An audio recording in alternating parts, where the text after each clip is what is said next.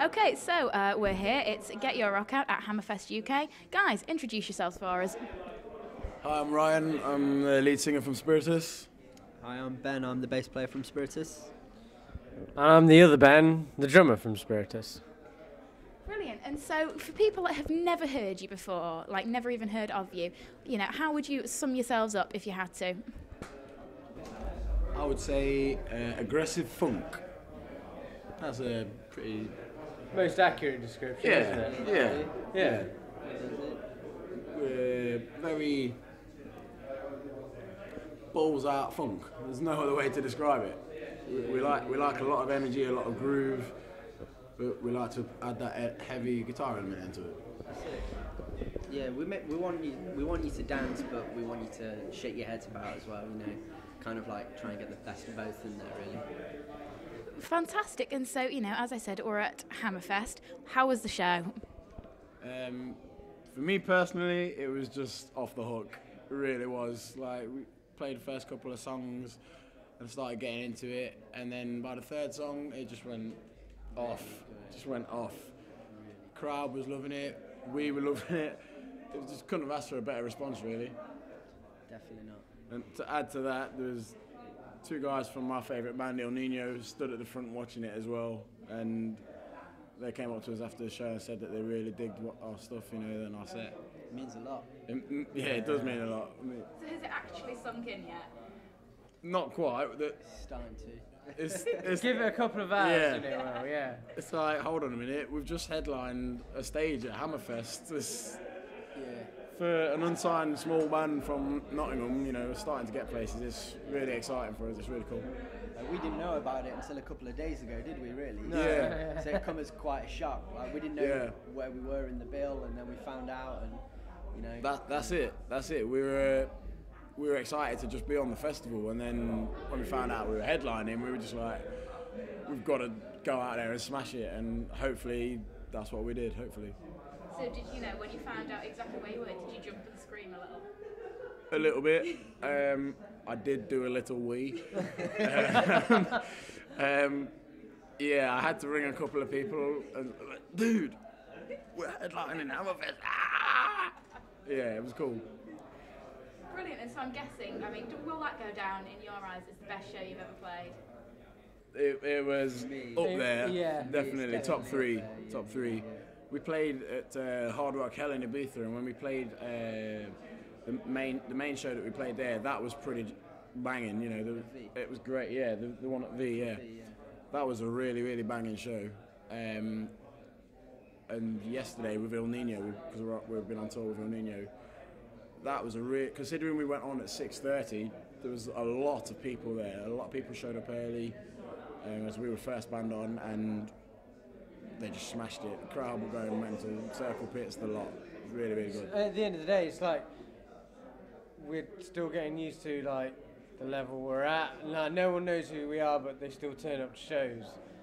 Yeah. And it's really, like we said, it's not really sinking in yet. It's really weird. We've turned a few heads recently, haven't we? We have. Yeah, that's cool. And that's really nice. It's a good feeling. For Alex Milas to come up to us after the show and say, yeah, that was a really great set, it makes you think you're doing something right. Yeah. Fantastic. And so, if you could talk any band on the face of the earth, who would it be? Oh, wow. You've already got yours. I've actually already got my wish, because today is the third of 4 shows that we're playing with El Nino. They're my favourite band. I've got them tattooed on my back. Let's have a look. Hold on. There you go. True dedication. Show the camera though. That's fantastic. It must be a dream come true for you. For me, we played with them last Saturday at Kick Out the Jams. We weren't in the same room, but we were obviously on the bill. But then yesterday was the first show that we actually played with them on this tour, and it was just incredible for me. Standing in the backstage area while they're all warming up, getting ready to go on stage. It was just incredible. I think the only other way that I could sort of equal that, so I don't think I'm going to top it, is maybe a little bit of Limp Bizkit up in there. I'll be happy with that. Yeah. That'd be cool. So how about you two? For me, it'd be Faith No More, I guess.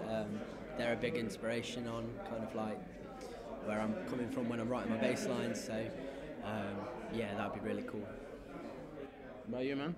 Me, if you'd asked me a few years ago, it would have been Snot.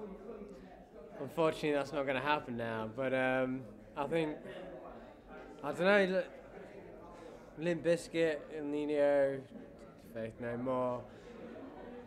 The list it's just endless, really. So many great bands we'd love to play with. So have you guys got quite similar musical inspiration, or are you totally poles apart? I think we start at the same sort of area, but then we just get wider and wider. I mean, I'm everything from Slipknot to Marvin Gaye to Michael Jackson to Limp Bizkit to El Nino. You know, my list is very, very varied.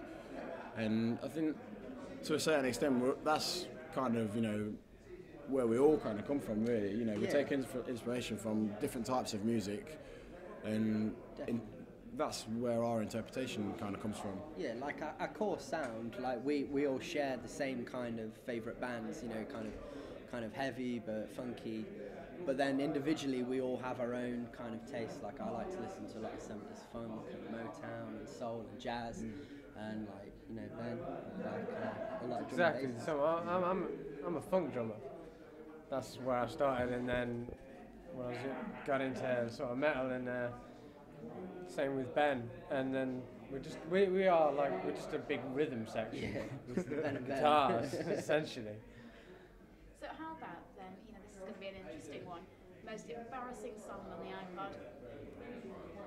Oh no. I've got Ace of Base. And like, because it's on A, if you press play, the first song you get is All That She Wants. You know? The times that has caused a little bit of an upset. I wouldn't say embarrassing, because I'm not really that fussed about it, but I got R. Kelly, she's got that vibe on there. Oh, That's good. That's a proper, like, early 90s new soul funk kind of thing going on. In fact, actually, no, I'm not embarrassed by it. I'm going to embrace that. I'm embracing that. You know what? I don't even know. I've got some Ace of Base on there, but I'm not ashamed of that. I'm not ashamed I'm of an it. 80s kid. I'm not ashamed of that. Oh my lord. I'm sitting I had in a between. Britney Spears track once. I'm sitting in between two Ace of Base fans. Never thought you'd be saying that at Hammerfest. Yeah, I had a Britney Spears track on my old iPod. I don't even know how it got on there. I bought it off some randomer.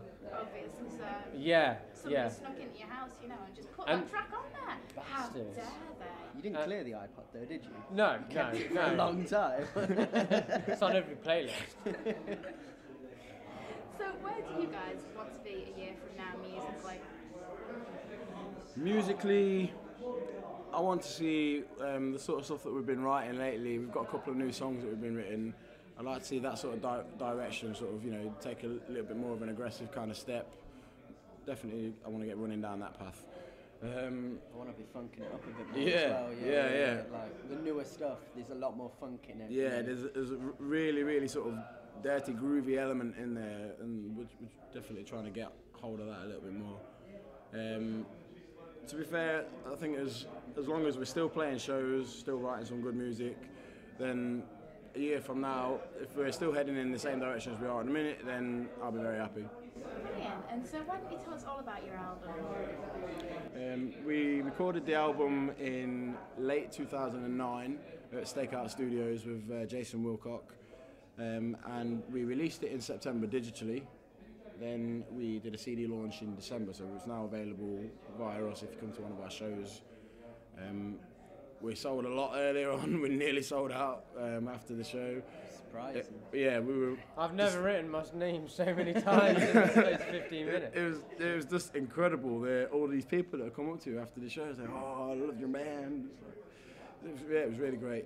So yeah, it's all about basically just come to the show, see the band, buy the album. We're very happy. Thank you very much. Brilliant. Brilliant. Well, thank you so much for your time, guys.